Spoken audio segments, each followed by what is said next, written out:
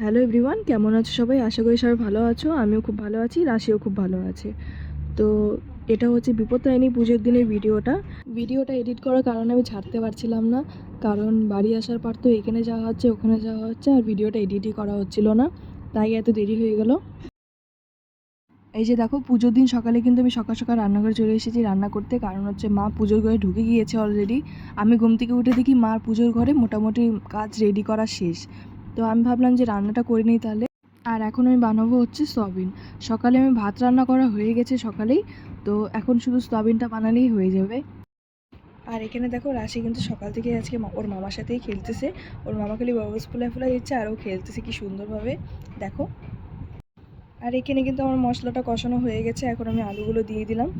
আর সয়াবিনটা এখন বানালে পরেই আমার এখানে কাজ শেষ হয়ে যাবে। তারপরে হচ্ছে আমার কিন্তু ঠাকুর ঘরে যেতে হবে, তাই তাড়াতাড়ি করে তরকারিটা বানিয়ে নিব।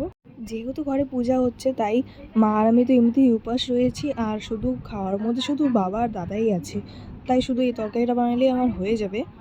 তো রান্না করতে করতে কিন্তু দেখি কোথা থেকে বাজনা আওয়াজ আসছে, তো আমি সোজা চলে গেলাম একদম দোকানে দেখতে। তো দোকানে গিয়ে দেখি যে এখানে একটা ঠাকুর নিয়ে যাচ্ছে, আর রাশি আর মা দেখো আগেই চলে এসেছে কিন্তু বাজনার আওয়াজ পেয়ে। তো রাশি দেখো আমাকে দেখে কেমন করছে, কারণ অনেকক্ষণ ধরে আমার কাছে আসে না যেহেতু, তাই। তো এখানে আমার সয়াবিনের তরকারি হয়ে গেছে, ভাত রান্না সব কিছু কমপ্লিট, রান্না করে পরিষ্কার করে দিয়েছি। তো আমি কিন্তু স্নান করে সব ঘরে চলে এসেছি। তো এখন আমি রেডি হব। তো আমি কিন্তু কিছুই মেকআপ করব না, আমার একদম মেকআপ করতে বেশি ভালো লাগে না, আমি একদম সিম্পলভাবে থাকতেই পছন্দ করি। তো আমি বেশি কিছুই করব না, আমি শুধু এখন আইব্রোটা বানাই নিব আর হচ্ছে চুল আঁচড়াবো, বাস, আর কিছুই না। আমি কোনো কিছুই করি না আমার মুখের উপরে, কারণ আমার পছন্দ লাগে না একদম। তো আমি কিন্তু একদম রেডি, আমি একদম সিম্পলভাবে রেডি হয়েছি। আর দেখো এখানে কিন্তু আমার পুচকি চলে এসেছে।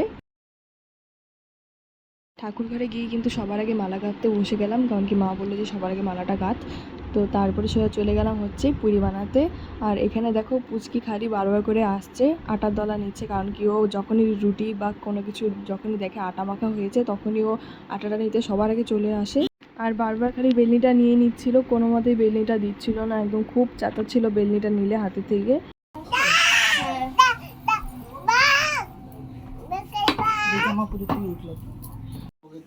नमः एतवनुसंतरात्तने नमः एतवनुसंतरात्तने नमः एतवनुसंगरात्तने नमः एतवनुसंगाय नमः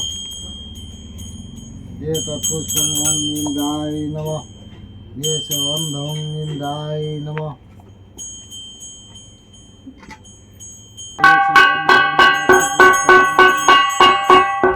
एतत्तद्भुं वास्तुपुरुषाय नमः कृष्णाय जलम् ॐ वास्तुपुरुषाय नमः तथात्मजलम् ॐ वास्तुपुरुषाय नमः एतद्धूपदीपं वास्तुपुरुषाय नमः ॐ सर्ववास्तुनमस्तुते। রাশির কিন্তু যতটুকু পূজা করার হয়ে গেছে, তারপরে আর ভালো লাগছিল না, তারপরে চলে গেল সোজা অন্য ঘরে। পুজো কিন্তু প্রায় শেষ, এখন শুধু অঞ্জলি হবে।